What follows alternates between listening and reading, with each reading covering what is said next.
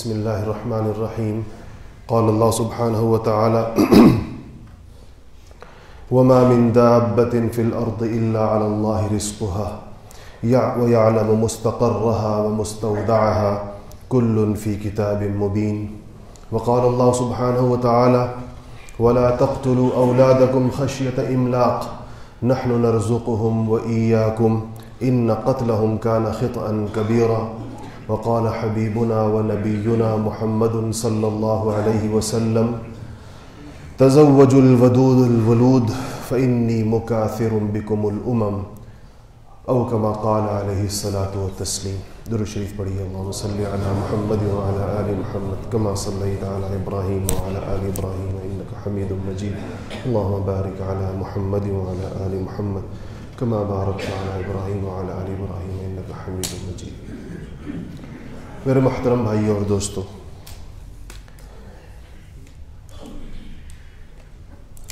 اسلام ایک مکمل ضابطۂ حیات اور نظام زندگی ہے، اور اس کی بنیاد اور اس کی ابتدا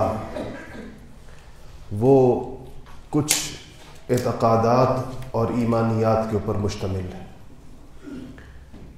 یعنی جب کوئی بندہ مسلمان ہوتا ہے یا اپنے آپ کو مسلمان کہتا ہے تو کچھ چیزیں ایسی ہیں جس پر اس کا یقین اور اس کا اعتماد اس قدر گہرا اور پختہ ہوتا ہے کہ اس کے لیے لفظ اعتقاد استعمال ہوتا ہے عربی میں، جس کو ہم اردو میں بھی عقیدہ کہتے ہیں. اعتقاد یا عقیدے کا مطلب ایک خیال کی ایسی پختگی اور جزم ہے اس کا کہ وہ اس کے دل کی گہرائیوں میں اترا ہوا ایک تصور ہوتا ہے کہ جس پر کبھی اس کو شک اور شبہ پیدا نہیں ہوتا. تو بحیثیت مسلمان ہم سب کا یہ ایمان اور ہمارا عقیدہ ہے کہ اللہ جل شانہ اس کائنات کا خالق ہے. اس نے اس کائنات کو پیدا فرمایا ہے اور ایک ترتیب کے ساتھ پیدا فرمایا ہے.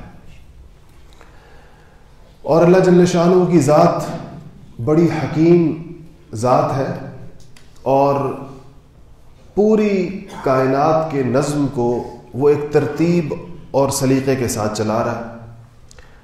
کچھ چیزوں کو اس نے خالصتاً اپنے قبضہ قدرت میں رکھا ہے، اور کاموں کے اعتبار سے، اعمال کے اعتبار سے کچھ چیزوں میں انسانوں کو اپنی اجازت اور مرضی سے کچھ محدود اختیارات عطا فرمائے. اور انہی جگہوں میں جہاں انسانوں کو اختیارات دیے گئے ہیں اسی میں وہ پھر انسانوں سے پوچھے گا کہ انہوں نے اس اختیار کو کیسے استعمال کیا.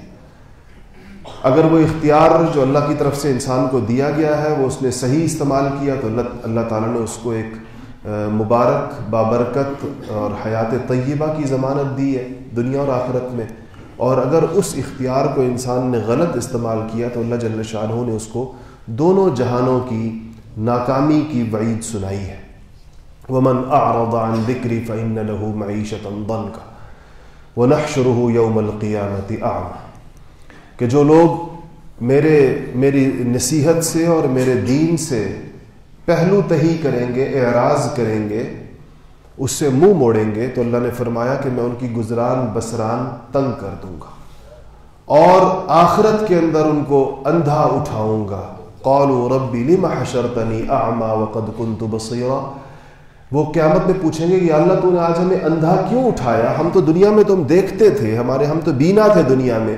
تو اللہ پاک فرماتے ہیں کہ ہم کہیں گے کذالک اتتک آیاتی، اسی طرح تمہارے پاس میرے احکام آئے تھے فنسیتھا، اور تم نے ان کو بھلا دیا، تم نے ان کو خاطر میں تم نہ لے کر آئے، آج میں تمہیں خاطر میں نہیں لے کر آؤں گا.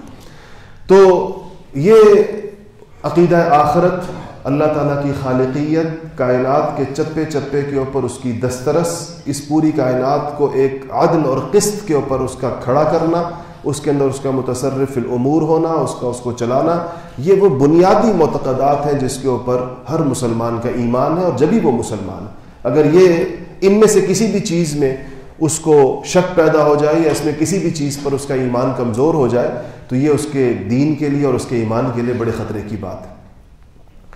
انہی چیزوں میں سے ایک بنیاد یہ بھی ہے کہ اللہ جل شانہ نے یہ ساری کائنات اور اس کا پورا نظام انسانوں کے لیے پیدا فرمایا، اور انسان کو،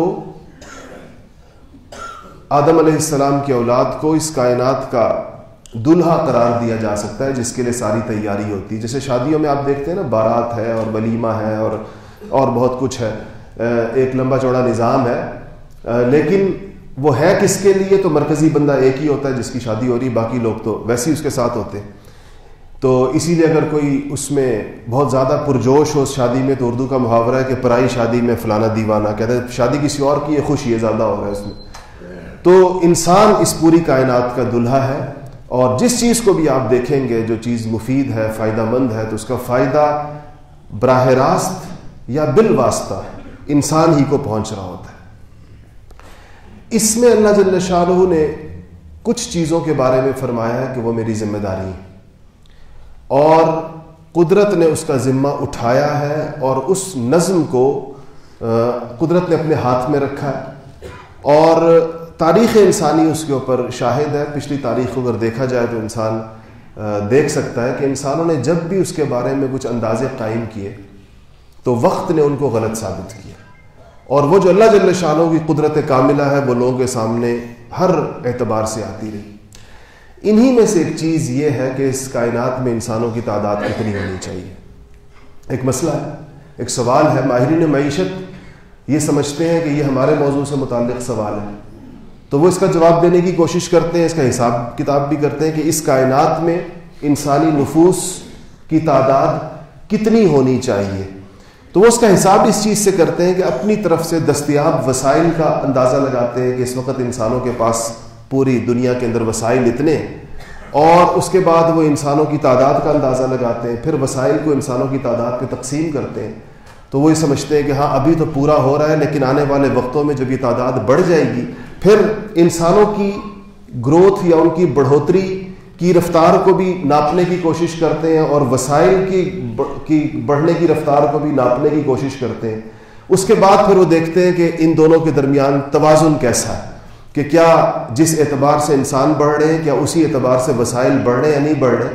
اس میں ان کے حساب کتاب عام طور پر یہ آتے ہیں کہ انسانوں کی دنیا کے اندر جو بڑھوتری کی اور افزائش کی جو رفتار ہے وہ وسائل کی رفتار کی نسبت بہت کم ہے، بہت زیادہ ہے. وسائل کی رفتار کم ہے، اس سے ان کو پریشانی لاحق ہوتی ہے، اور وہ کہتے ہیں کہ انسانوں کی افزائش کی رفتار کو کم کرنا چاہیے تاکہ اس کے اور وسائل کے درمیان ایک توازن قائم ہو سکے. یہی بات خلاصہ اگر ہم بیان کریں ساری بات کا تو یہی خلاصہ نکلے گا کہ تاکہ انسان اور جو اس کو درکار وسائل ہیں اپنی زندگی گزارنے کے لیے، ان کے درمیان ایک خاص قسم کا توازن قائم کیا جا سکے.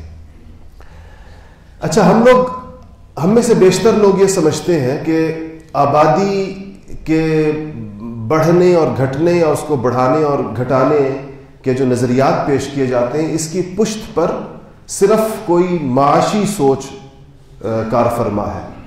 حالانکہ اگر آپ اس کا پورا فلسفہ پڑھیں گے، جب 18ویں صدی کے آخر میں 1897-98 میں جب یہ آواز دنیا کے اندر 1798-97 میں 18ویں صدی کا آخر بنتا، تو جب یہ آواز دنیا کے اندر پہلی دفعہ لگی تھی کہ انسانی آبادی تیزی کے ساتھ بڑھ رہی ہے اور وسائل انسانوں کے گھٹ رہے ہیں، اس لیے اس پہ کوئی کنٹرول ہونا چاہیے، کوئی لمیٹیشن ہونی چاہیے، کوئی اس میں کوئی تناسب اور توازن ہونا چاہیے. تو اس وقت بھی اور اس کے بعد بھی جتنے لوگوں نے اس تصور کو پروموٹ کیا، وہاں پس پردہ یا ان جو پس پشت مقاصد تھے وہ صرف معاشی کبھی بھی نہیں رہے. یہ ہماری بہت سادگی ہے اور سادہ لوحی ہے کہ ہم یہ سمجھتے ہیں کہ یہ صرف ایک معاشی مسئلہ ہے. اس کی پشت پر تمدنی، معاشرتی اور سیاسی مسائل بھی کار فرما رہے ہیں. اور اگر آپ اس پوری پکچر کو پوری وضاحت کے ساتھ دیکھیں گے تب آپ کو پتہ چلے گا کہ آبادی کے کم ہونے اور آبادی کے زیادہ ہونے کا تمدن، کلچر پہ، معاشرت پہ اور سیاسی اتار چڑھاؤ کے اوپر کیا فرق پڑتا ہے، اور معاشی فرق اس کا کس اعتبار سے. جس زمانے میں لوگوں نے آبادی کی کمی کے مشورے دیے، اور جو اس کے بانی کہلاتے ہیں معروف لوگ ہیں، ان کے آپ لوگوں نے ان کے فلسفے بیشتر لوگوں نے پڑھے ہوئے بھی ہوں گے، انہوں نے وقت کے ساتھ جو پیشن گوئیاں کی تھیں وہ ساری غلط ثابت ہوئیں. اگر آج میرے پاس یہاں پروجیکٹر ہوتا تو میں آپ کو کچھ اعداد و شمار دکھاتا اور تفصیل کے ساتھ ہم اس پر گفتگو کر سکتے تھے بین الاقوامی اعداد و شمار کی روشنی میں کہ جو ان لوگوں کی پیشن گوئیاں تھیں. مثلا 1932 کا سن دیا تھا بعض ماہرین نے کہ یہ انسان، خاص طور پر یورپ کے بارے میں کہا تھا کہ یہاں شدید معاشی بحران اور غذائی قلت پیدا ہوگی انسانوں کے زیادہ ہونے کی وجہ سے، اور فی کس آمدنی بہت زیادہ گھٹ جائے گی. اور ہوا اس کے بالکل برعکس. اور یہ زمانہ ہے، آپ دیکھیں یورپ میں سے پچھلے اعداد و شمار دیکھیں، اس کے بعد کے دیکھیں، فی کس آمدنی بھی بڑھی اور معاشی پیداوار میں بھی اضافہ ہوا، حتیٰ کہ اس قدر زیادہ اضافہ ہوا کہ وہ انسانوں کی ضرورت سے کہیں زیادہ تھا. آج بھی دنیا کے بہت سارے ملکوں میں آپ دیکھ رہے ہیں کہ جو انسانوں کی غذائی ضرورت سے کہیں زیادہ چیزیں پیدا ہو رہی ہیں، اور وہ سمندروں میں بھی ڈالی جا رہی ہیں، تلف بھی کی جا رہی ہیں، مختلف طریقوں سے ان کو ٹھکانے لگایا جا رہا ہے. تو اس میں ایک شریعت کا نقطہ نظر ہے، اس حوالے سے قرآن کی واضح تعلیمات ہیں اور رسول اللہ صلی اللہ علیہ وسلم کے ارشادات ہیں، اسلام کے احکامات ہیں، اور ایک آج کی جدید دنیا کا تصور ہے. اس پر یہ کوئی نئی بات ہے نہیں. اس پر میں کل کچھ چیزیں دیکھ رہا تھا تو مجھے علامہ اقبال، جن کو حکیم الامت بھی کہا جاتا ہے، شاعر مشرق بھی کہا جاتا ہے، ان کی ایک تحریر ملی، وہ میں لانی تھی لیکن میں بھول گیا اپنے ساتھ لانا. اور بڑے انہوں نے اس وقت میں، یعنی اس بات کو کم سے کم علامہ اقبال کی اس بات کو میرا اندازہ یہ ہے کہ 80 برس سے زیادہ ہو گئے، 90 برس. اس وقت انہوں نے یہ کہا کہ یہ جو مغرب سے آبادی کو کنٹرول کرنے کی ایک مہم اور تحریک اٹھی ہے، یہ در حقیقت مسلمانوں کی آبادی سے خوفزدگی کا نتیجہ ہے. اور یہ لوگ مستقبل کے اندر یہ سمجھتے ہیں کہ چونکہ ان کے ہاں ایک اور ان کی معاشرت اور طرف جا رہی ہے اور مسلمانوں کی ایک اور طرز پر ہے، تو آنے والے وقتوں میں یہ مسلمانوں کی جو زیادہ آبادی ہے یہ ان کے لیے سیاسی مسائل پیدا کرے گی. یہ تو بہت پرانی بات ہے. آپ نے ایک کتاب کا نام سنا ہوگا جس نے فکری دنیا میں بڑا انقلاب برپا کیا، اور اس کتاب کے بعد پھر وہ ایک موضوع کے طور پر سامنے آئی، اور اس پر پھر دونوں طرف سے بڑی کتابیں لکھی گئیں، مشرق سے بھی اور مغرب سے بھی، اور اس کتاب کا نام تھا کلیش آف سویلائزیشنز. اس کلیش آف سویلائزیشنز میں بھی انہوں نے یہ لکھا ہے کہ تہذیبوں کے اس ٹکراؤ کے اندر جو مستقبل کا نقشہ پیش کیا ہے، تو اس میں جو سب سے بڑا خطرہ عالم مغرب کے لیے قرار دیا ہے وہ مسلمان ملکوں میں نوجوانوں کی سب سے بڑی تعداد کو قرار دیا. اسے کہا کہ دنیا میں نوجوانوں کا کل تناسب اگر نکالا جائے، دیکھیں مسلمانوں کا تناسب دنیا میں کیا بنے گا. مسلمانوں کی موجودہ آبادی مسلم امہ کی پوری دنیا میں 1.5 ارب سے 1.25 ارب کے درمیان ہے. یہی اعداد و شمار پیش کیے جاتے ہیں. 1.5 ارب کم سے کم جو لوگ کہتے ہیں وہ 1.5 ارب کہتے ہیں، اور جو زیادہ سے زیادہ کہتے ہیں وہ 2.25 ارب کہتے ہیں، اور دنیا کی کل آبادی 7 ارب سے کچھ زیادہ ہے. تو مسلمانوں کا یہ تناسب دنیا میں جو بنتا ہے 7 ارب اور 1.5 ارب کے درمیان، اس کے مقابلے میں جو نوجوانوں کا تناسب ہے وہ بہت زیادہ ہے. یعنی مسلمان نوجوان دنیا کے مجموعی نوجوانوں میں جو لوگ مطلب ایکٹیو ہوتے ہیں، جو معاشرے میں کردار ادا کر سکتے ہیں، اس عمر کے لوگ جو ہیں وہ ٹوٹل پاپولیشن کا 45% جو ہے وہ مسلمان اسلامی دنیا کے اندر. حالانکہ آبادی کا تناسب یہ نہیں بنتا، اور اس کی وجہ اس گروتھ ریٹ کا کسی حد تک درست ہونا ہے. خود مغربی ممالک یہ کہتے ہیں کہ کسی معاشرے کو زندہ رہنے کے لیے اور اپنے لیے ضروری افراد مہیا کرنے کے لیے کہ جو اس معاشرے کو چلانے کے لیے کافی ہوں، سالانہ گروتھ ریٹ جو ہے وہ کم سے کم 2% ہونا چاہیے. اگر 2% آبادی میں اضافہ نہ ہو تو وہ معاشرہ کچھ عرصے کے بعد بوسیدگی کا شکار ہو جائے گا. اس میں کام نہ کرنے والے لوگوں کی تعداد بہت زیادہ بڑھ جائے گی، کام کے لوگ کم ہو جائیں گے، اور اس کو باہر سے لوگ دوسرے معاشروں سے اور دوسرے ملکوں سے اس کو لوگ بلوانے پڑیں گے اپنا نظام چلانے کے لیے. جیسے اس وقت بہت سارے ملکوں میں، یورپ میں اس وقت آپ کے سامنے ہے کہ وہاں یہ ریشو گرنے کی وجہ سے ان کو باہر کی دنیا کی ایک ضرورت ہے. یہ جو آپ کے لوگ امیگریشن کھولتے ہیں، آپ کو بلاتے ہیں، آپ کے کام کے لوگوں کو لے کے جاتے ہیں، وہ کوئی آپ کی خیر خواہی کی بنیاد پر تو نہیں کہ ان کو آپ پہ ترس آتا ہے، اپنی ضرورت کی بنیاد پر وہ دیکھتے ہیں کہ ان کو کتنے لوگ چاہیے اور کس قسم کے لوگ چاہیے.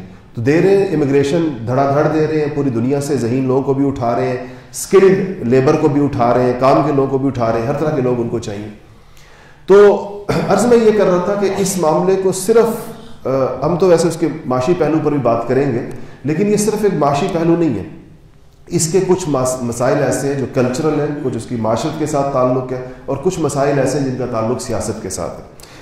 پہلی بات جو اس کے اوپر میں نے کہا کہ بحیثیت مسلمان ہمارا ایک عقیدہ یہ ہونا چاہیے اور ہے کہ اللہ جل شانہ نے یہ فرمایا کہ وما من دابۃ فی الارض الا علی اللہ رزقها، کہ زمین پر چلنے والا کوئی چلنے والی چیز ایسی نہیں ہے۔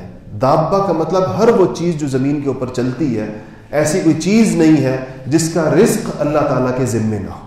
اللہ پاک نے اس کو اپنے علی اللہ رزقها، علی عربی کے اندر الزام کے لیے آتا ہے کہ لازم اللہ پاک نے اپنے اوپر کیا ہے کہ اس کا رزق اللہ جل شانہ کے اوپر ہے، اور پھر یہ فرمایا کہ ہمیں اور وہ یہ جانتا ہے کہ وَيَعْلَمُ مُسْتَقَرَّهَا وَمُسْتَوْدَعَهَا، کہ اس کے ٹھہرنے کی جگہ کون سی ہے اور اس کے بعد اس کے رخصت ہونے کی جگہ کون سی ہے، اور یہ سب کچھ اللہ نے فرمایا کل فی کتاب مبین، یہ گویا اللہ تعالیٰ کے ہاں لکھی ہوئی اور طے شدہ چیزوں میں سے ہے جس میں کوئی تبدیلی نہیں ہوگی۔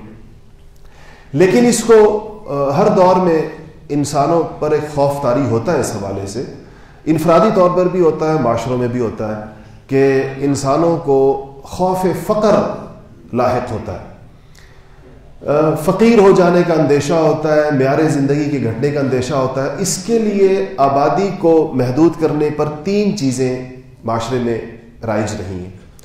ایک تھا قتل اولاد، جو اسلام آنے سے پہلے کے معاشرے میں بہت عام تھا، اور لوگ اپنے بچوں کو فقر کے خوف کی وجہ سے، غربت کے خوف کی وجہ سے مار دیا کرتے تھے، جس کی قرآن نے بہت واضح طور پر تردید کی اور کہا کہ وَلَا تَقْتُلُوا أَوْلَادَكُمْ خَشْيَةَ إِمْلَاقٍ، کہ اپنے بچوں کو تنگ دستی کے خوف سے، فقر کے خوف سے اپنے بچوں کو مت مارو۔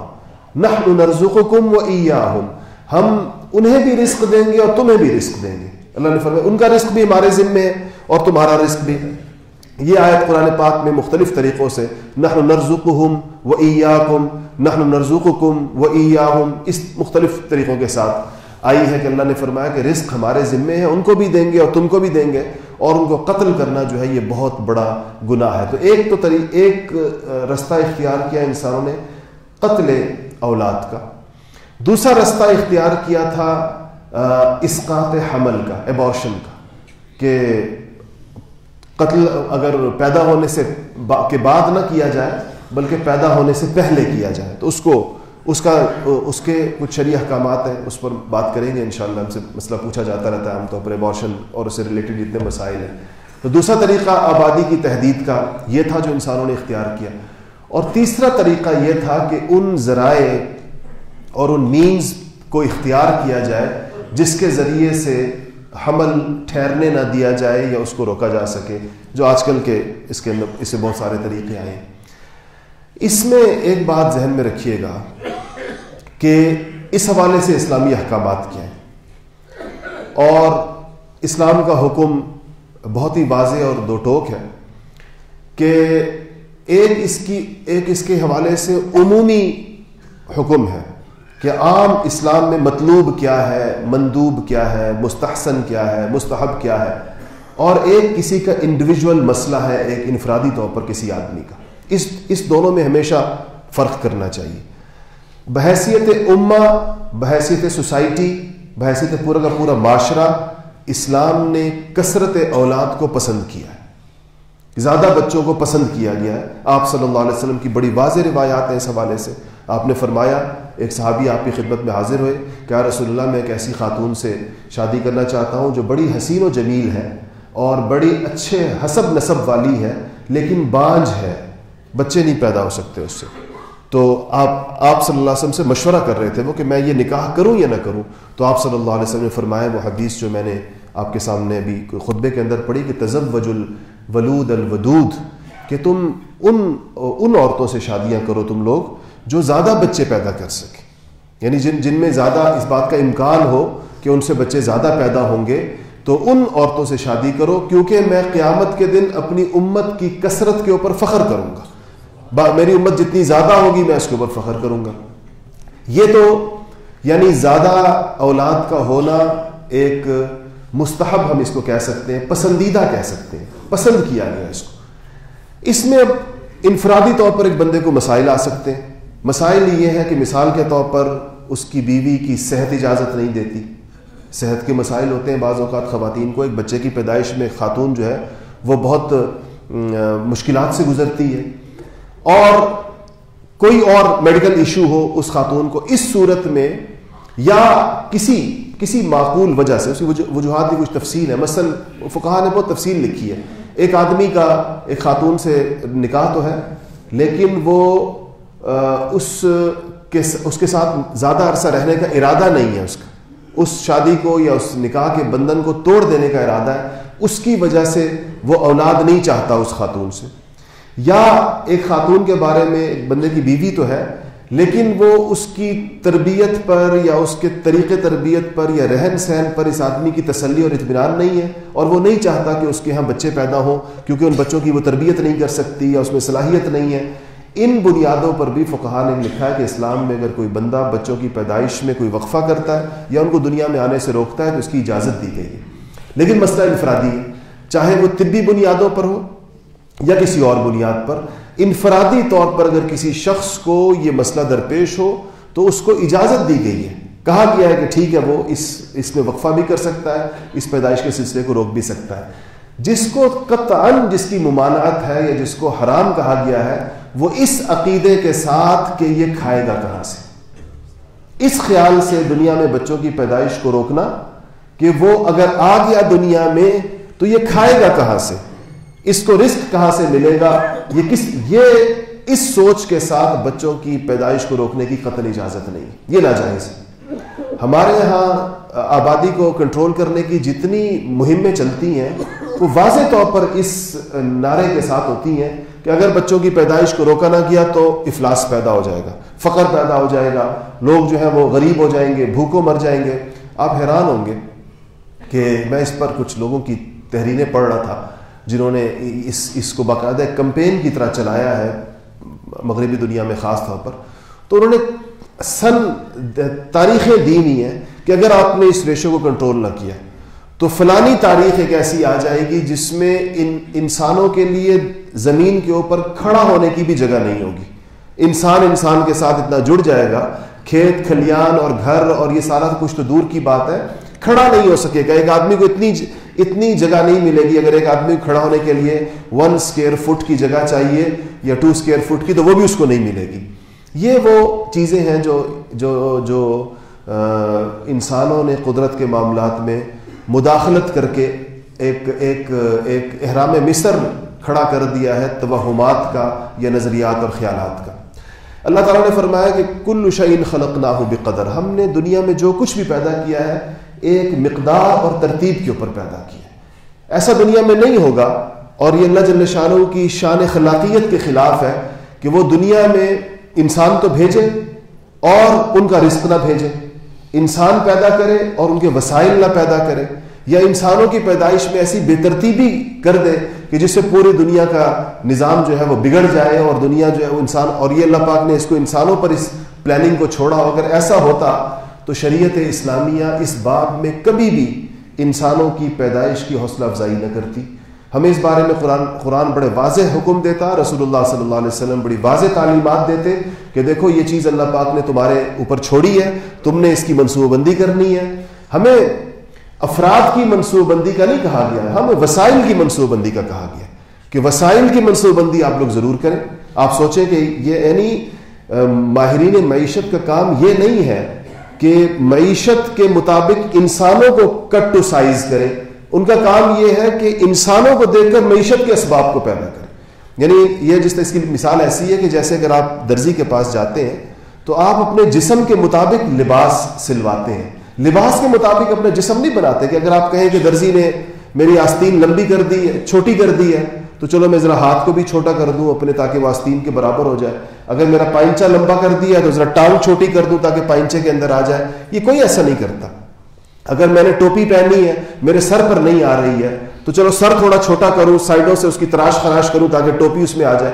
بلکہ یہ کہا جاتا ہے کہ ان چیزوں کو ٹھیک کیا جائے, ٹوپی کو صحیح کریں, کرتے کو صحیح کریں, پائنچے صحیح کریں. ایسے ہی معیشت اور انسانوں کا معاملہ ہے. یہ نہیں ہوگا کہ معیشت کے وسائل کو دیکھ کر آپ انسانوں کو سکیڑنے کی بات کریں, بلکہ انسانوں کی تعداد کو دیکھ کر آپ یہ دیکھیں گے کہ معاشی وسائل، کیونکہ یہ یقینی نص قطعی سے ثابت ہے کہ جتنے انسان اس دنیا میں ہیں ان کی معیشت کے اسباب ان سے پہلے اس دنیا کے اندر موجود ہیں۔ آج بھی آپ دیکھیں دنیا میں وہ ان وسائل کو جن کو انسانیت استعمال نہیں کر رہی، جو اس کے استعمال سے باہر ہے، وہ کتنے فیصد ہیں؟ اس کی تفصیل پر جانے سے پہلے میں ایک چیز اور آپ سے عرض کروں۔ اصل میں اس سوچ کے پیچھے ایک خاص قسم کی فکر ہے جو مغرب کا سرمایہ دارانہ نظام ہے، چونکہ وہ محنت کی بجائے سرمایے کی بڑھوتری کے اوپر، اس کی پوری اٹھان اس کے اوپر ہے۔ ایک تو یہ کہ محنت کو بڑھایا جائے جس سے وسائل پیداوار اور وسائل معیشت بڑھیں، اور ایک یہ کہ سرمایے کے ذریعے سے معیشت کو بڑھایا جائے۔ کیپٹل اکانومی کھڑی ہی کیپٹل کی بنیاد پر ہوتی ہے، اور وہ ان کی اس پیراڈائم میں اگر آپ سوچیں گے، اس تناظر میں اگر آپ دیکھیں گے تو ان کے نزدیک انسان کی قدر و قیمت نہیں ہے، وسائل کی ہے کہ وسائل کم، اسی لیے ان کے اسی نظریات پر چونکہ آج دنیا چل رہی ہے اور کھڑی ہے، اسی لیے انسانی وسائل سمٹ کر چند ہاتھوں کے اندر آ چکے ہیں دولت کے۔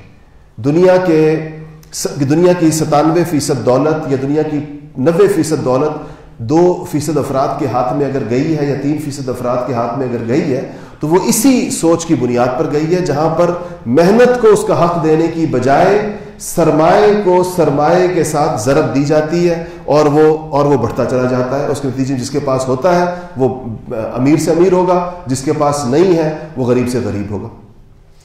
اس سوچ کو جب اگر مان لیا جائے اور درست سمجھ لیا جائے، اس کے بعد پھر دنیا میں انسانوں کی ضرورت نہیں رہتی اور زیادہ انسان مطلوب نہیں ہوتے، کیونکہ ان کی جو سوچ اور فکر ہے اس کی اساس انسان نہیں ہے، سرمایہ۔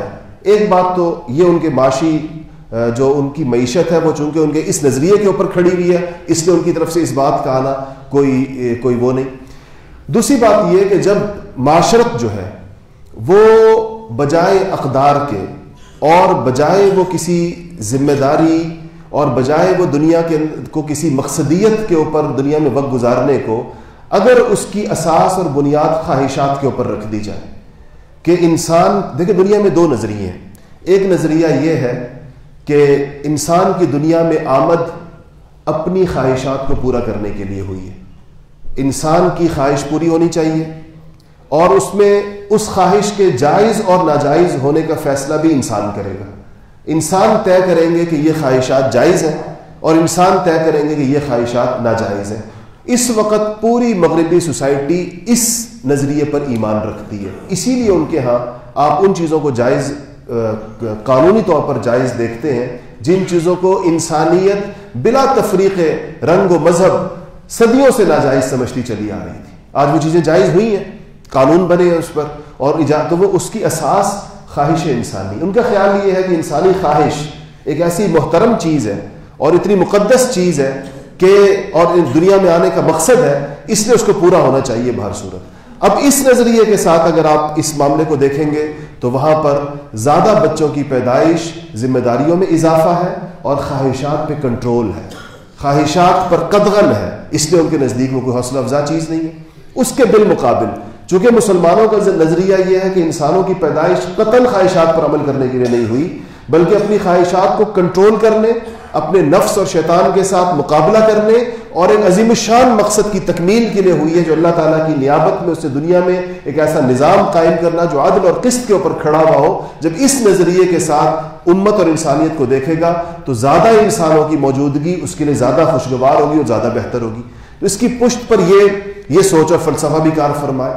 ہم اس سیاسی اپروچ کو یا اس تمدنی اور معاشرتی مسائل کو دیکھے بغیر جو کچھ ان کی طرف سے کوئی کمپین کی جائے تو ہم لوگ بغیر سوچے سمجھے اس ڈفلی کے اوپر ہم بھی ناچنا شروع کر دیتے ہیں، اس آواز پر ہم بھی آواز بلند کر، یہ دیکھے بغیر کہ کیا وہ ہمارے حق میں ہے، ہمیں اس سے فائدہ ہے، ہماری اسلامی تعلیمات کے ساتھ وہ کس حد تک اس کی مماثلت ہے۔ تو اس پر ایک اثر نو، ہمارے یہ کوئی پرانی چیز نہیں تھی، کوئی نئی چیز نہیں ہے، اس پر بہت ماضی میں ہر دور میں علماء کی اسکالرز نے اس کے اوپر لکھا ہے، اس پر بڑی بحث کی۔ میں خیال ہے پچھلی کم سے کم 5 دہائیوں میں، پچھلے 50 سالوں میں اس مسئلے پر ایک بہت بڑا لٹریچر تیار ہوا ہے، کتابیں ہیں، رسائل ہیں، چیزیں ہیں. اس میں ہمیں جو اس کا خلاصہ نکلے گا وہ 2-3 چیزیں ہیں. میں دوبارہ اس کو عرض کر دوں جو لوگ. ایک تو یہ کہ بحیثیت مسلمان ہمیں اسلام میں طے شدہ کسی پسندیدہ امر کو غیر پسندیدہ قرار دینے کی اجازت نہیں ہے. یعنی ایک چیز، اگر میں اس کو اصطلاحات کی زبان میں کہوں، ایک چیز شریعت میں مستحب ہو، آپ اس کو مکروہ نہیں کہہ سکتے. مکروہ کا مطلب ڈس لائکڈ، ناپسندیدہ. ایک چیز شریعت نے پسندیدہ قرار دی ہو اور آپ کہیں ہمیں پسند نہیں ہے، بے شک شریعت کو پسند، اس کی اجازت بحیثیت مسلمان ہمیں نہیں ہے. ہم کسی ایسی تحریک کا حصہ نہیں بن سکتے جس میں کسی ایک عمومی حکم کو جو پسندیدگی کا ظاہر کرتا ہے اس کے بارے میں ہم یہ طے کریں کہ ناپسندیدہ. حضرات صحابہ کو حضور صلی اللہ علیہ وسلم نے بعض مسائل کی بنیاد پر عزل کی اجازت دی تھی. عزل شریعت میں کہتے ہیں کہ مرد کے مادہ منویہ کو عورت کے رحم تک نہ پہنچنے دینا. جو بھی آپ اس کو جو بھی اب نام دے دیں، اس کو حدیث کی اصطلاح میں اور فقہ کی اصطلاح میں اس کے لفظ عزل استعمال ہوا. تو ذات صحابہ نے اجازت مانگی تو آپ نے منع نہیں کیا اس سے بالکل، لیکن یہ ضرور فرمایا کہ تم کر لو، یعنی جو تم تدبیر اختیار. اور اس کی وجہ بھی انہوں نے بتائی. وہ وجہ کم سے کم خوف فقر بالکل نہیں تھا، فقر کا خوف بالکل نہیں تھا. اس میں زیادہ تر یہ تھا کہ آپ کو پتہ ہے کہ اس زمانے میں لونڈیوں کا تصور بھی تھا. تو وہ چونکہ کام کاج کرتی تھیں اور خدمت کرتی تھیں، تو ان کے ساتھ جن لوگوں کے پاس وہ ہوا کرتی تھی وہ ان سے بچے نہیں چاہتے تھے کیونکہ اس سے باقی کاموں میں ہر جاتا تھا. اس کی وجہ کم سے کم فقر کا خوف نہیں تھا. تو آپ نے فرمایا لیکن جس نفس نے ان حدیث میں جس نفس نے اس دنیا میں آنا ہے وہ آ کر رہے گا. تم لوگ اس کو روک نہیں سکتے، چاہے تم لوگ اس کے لیے جو بھی تدابیر تم اختیار کرتے ہوئے تم اس کے لیے کرو. بعض جگہوں پر ایسے الفاظ آپ صلی اللہ علیہ وسلم نے ارشاد فرمائے ہیں جس سے اس روکنے کے عمل پر اپنی ناپسندیدگی کا اظہار فرمایا. اس وجہ سے فقہا کی ایک جماعت اس کے مکروہ ہونے کی قائل ہے ان احادیث کی بنیاد پر، اور بعض حضرات اس کے جائز یا مباح ہونے کے قائل ہیں کچھ کو آپ کی اجازت دینے کی بنیاد پر. لیکن اس کے بہت پسندیدہ اور مطلوب ہونے کا کوئی قائل نہیں ہے. رخصت ہے، اجازت ہے مخصوص حالات میں. جو چیز شریعت میں رخصت ہو، جس کی اجازت ہو، اور اس کا مطلب یہ ہے کہ وہ کسی وجہ کے ساتھ اس کی اجازت بندھی بھی ہے، اس کی عمومی کمپین آپ نہیں کر سکتے. آپ ہر بندے کو، چاہے اس کو وہ مسئلہ ہو یا نہ ہو، چاہے اس کو وہ مشکل ہو یا نہ ہو، چاہے اس کو وہ پریشانی ہو یا نہ ہو، اس کے وہ مسائل ہو نہ ہو، ایک عموماً آپ ایک کلچر بنائیں، ایک فضا بنائیں، ایک ماحول بنائیں، اور لوگوں کو بچوں کی پیدائش پہ شرمندہ کریں اور یہ ظاہر کریں کہ اب گویا کہ ایک مہذب اور تعلیم یافتہ ہونے کی نشانی بھی یہ ہے کہ بچے بھی کم ہونے چاہیے، اور غیر مہذب اور گوار ہونے کی نشانی اگر یہ بنا دی جائے معاشرے میں تو یہ اسلام کا جو اسلامی معاشرت کا جو وہ ہے وہ یہ نہیں، اور یہ نہیں رہا کبھی بھی. پھر میں نے عرض کر دیا کہ مخصوص حالات میں اگر جس کو مسائل ہوں اس کی اجازت نہیں. تو میں عرض یہ کر رہا تھا کہ ایک تو اس چیز کی ہمیں کسی بھی حکم میں اس کی اجازت نہیں ہے کہ شریعت کے مستحبات کو یا اس کے مندوبات کو یا اس کی پسندیدہ چیزوں کو ہم اپنی طرف سے مکروہ قرار دے دیں، اور اس کی وجہ یہ قرار دیں کہ چونکہ اس میں یہ مسئلہ درپیش ہے، اس میں یہ مسئلہ درپیش ہے، اس میں یہ مسئلہ درپیش ہے، اس وجہ سے ہم اس کو ناجائز سمجھتے ہیں. اور دوسری بات اس میں یہ جو میں نے اس پر عرض کیا کہ اس مسئلے کو اگر صرف آپ معاشی مسائل کے اعتبار سے اس پہ گفتگو کرنا چاہیں تفصیل کے ساتھ تو بالکل اس پر گفتگو کی جا سکتی ہے اور ثابت کیا جا سکتا ہے کہ انسانوں کی کمی اور زیادتی کا ان کی معیشت کی بہتری اور بدتری کے ساتھ کوئی تعلق نہیں. اس پر آپ خالص اکنامکس کی اصطلاحات میں، آپ خالص دنیا کے اعداد و شمار کی روشنی میں اور قرآن و سنت کی تعلیمات کی روشنی میں ایک پوری ڈیٹیل ڈیبیٹ ہو سکتی ہے اس کے اوپر کہ کیا افراد زیادہ ہو جانے سے معیشت سکڑتی ہے اور افراد کم ہو جانے سے کیا معیشت پھیلتی ہے. اس پر یہ بالکل ایک ایسا فرسودہ نظریہ ہے جس کو دنیا نے اٹھا کر پھینک دیا. وہ میں اس رپورٹ کو بھی نہیں لا سکا. پاکستان میں یعنی ایک عجیب بات یہ ہے کہ ایک مغربی ماہر کو 1953 میں کولن کلارک کو بلایا گیا تھا پاکستان کے کچھ آبادی کے مسائل کے اوپر ایک رپورٹ تیار کرنے کے لیے. ان کی رپورٹ اگر مجھے موقع ملا میں کسی اگلے موقع پر آپ کے سامنے اس کا پورا ٹیکسٹ پڑھوں گا جو انہوں نے رپورٹ پیش کی اور جو موجود ہے ہمارے ہاں 1953 کے اندر. اس میں یعنی ایک غیر مسلم بھی اس بات کو سمجھتا ہے، کہتا ہے کہ جو آپ لوگ یہاں پر جن چیزوں کو سوچ رہے ہیں کہ ہم آبادی کو کم کر کے وسائل کو بہتر کر لیں گے اور لوگوں کے معیار زندگی کو بلند کر لیں گے اور لوگوں کی ضروریات پوری کر لیں گے، یہ خیال لغو اور احمقانہ ہے۔ اور کہتا ہے کہ ماہرین معیشت کا کام یہ نہیں ہے اور نہ حکومتوں کا کام یہ ہے کہ وہ والدین کو یہ بتائیں کہ انہوں نے کتنے بچے پیدا کرنے ہیں، ان کو یہ نہ حکومت کا کام ہے۔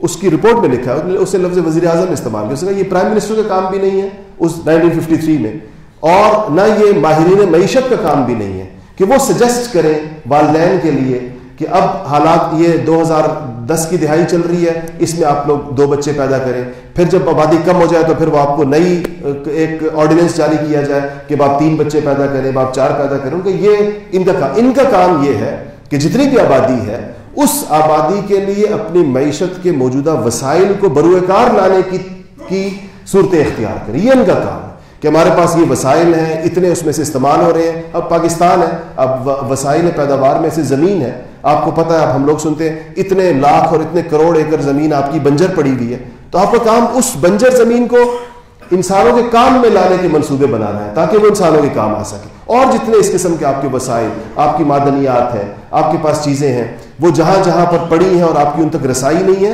اپنی سوچ اور فکر کو ان چیزوں کے ایکسپلور کرنے میں، ان کے دریافت کرنے میں، ان کو انسانیت کے اور اپنی قوم کے کام میں لانے کے منصوبے بنانے کے، یہ ہمارا کام ہے۔ یہ ہمارا کام نہیں کہ دنیا میں انسان کتنے آنے ہیں اور کتنے ہمیں ضرورت کتنے کی ہے اور باقیوں کی آمد و رفت کو ہم کیسے کنٹرول کر سکتے ہیں یا لمٹ کر سکتے ہیں، روک سکتے ہیں۔ یہ وہ ایک ایسا لا حاصل قسم کی ہم نے ایک مہم اپنے لیے کی ہے جس کا نتیجہ نہ ہمارے ہاتھ میں ہے اور نہ اس کے اوپر وہ قائم ہوگا۔ اور آخری بات اس پر یہ کہ انسانی تاریخ کا جائزہ لیجئے، اور آج انسان اگر تعداد میں بڑھ چکے ہیں تو کیا ہمارا اپنا مشاہدہ کیا ہے؟ وسائل پیداوار اور انسانوں کا معیار زندگی وقت گزرنے کے ساتھ بڑھا ہے یا گھٹا ہے؟ آج آپ لوگ جن سہولیات کو انجوائے کر رہے ہیں، آپ لوگ، کیا آپ کے والد اور دادا کر رہے تھے؟ تو وہ تو کم تھے، ان کی تعداد تو کم تھی۔ آج آپ کے پاس جتنی ضروریات کی چیزیں موجود ہیں، میں جس مدرسے میں پڑھتا تھا تو میرے استاد، میں کھانا اپنے استاد صاحب کے ساتھ کھاتا تھا، تو وہ کھانا کھاتے ہوئے بڑا شکر ادا کرتے تھے، کہتے تھے دیکھو اللہ کی نعمت، دیکھو ہم گندم کی روٹی کھا رہے ہیں۔ میں چھوٹا تھا تو میں سوچتا تھا کہ یہ گندم کی روٹی پر شکر، مطلب روٹی پر، روٹی تو گندم ہی کی ہوتی ہے۔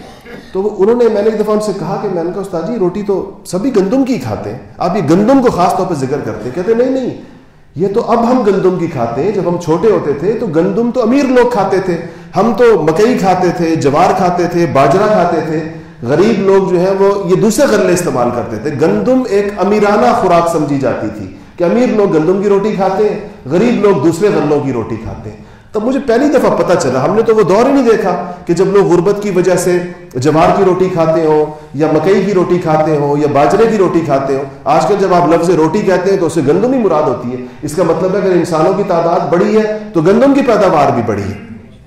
اور اگر آپ اس کے اعداد و شمار کی طرف چلے جائیں تو فی ایکڑ پیداوار گندم کی آج سے 50 سال پہلے کتنی تھی اور آج کتنی تھی؟ آج کتنی ہے؟ آپ کسی زمیندار سے پوچھیں کہ آج سے 40 سال پہلے تمہارا ایکڑ کتنی گندم دیتا تھا، آج کتنی دیتا ہے؟ میرا چونکہ ننیال ددیال دونوں زمیندارانہ پس منظر ہے، زمینوں باغوں کے لوگ ہیں ہم، تو ہم 100 ایکڑ 100 من ایک ایکڑ سے لی جا رہی ہے، ایک ایکڑ سے۔ تصور نہیں کر سکتا تھا آج سے 40 سال پہلے کا زمیندار کہ 1 ایکڑ سے 100 من گندم اس کو ملے گی۔ تو وہ کیا وجہ اس کی کیا بنی کہ اللہ تعالیٰ کا نظام ہے، افراد بڑھیں گے، ہر چیز اس کے نتیجے میں بڑھے گی۔ اس لیے انسان کو اپنا ایمان اور عقیدہ رزق کے معاملے میں اللہ پاک پر رکھنا چاہیے، اور وسائل رزق کو پیدا کرنے کی جو اپنی صلاحیت اللہ پاک نے اس کو دی ہے اس کو بڑھانے کی فکر کرنی چاہیے۔ یہ ہمارا کام ہے جو اللہ پاک نے ہمیں سونپا ہے۔ اللہ ہمیں عمل کی توفیق نصیب فرمائے۔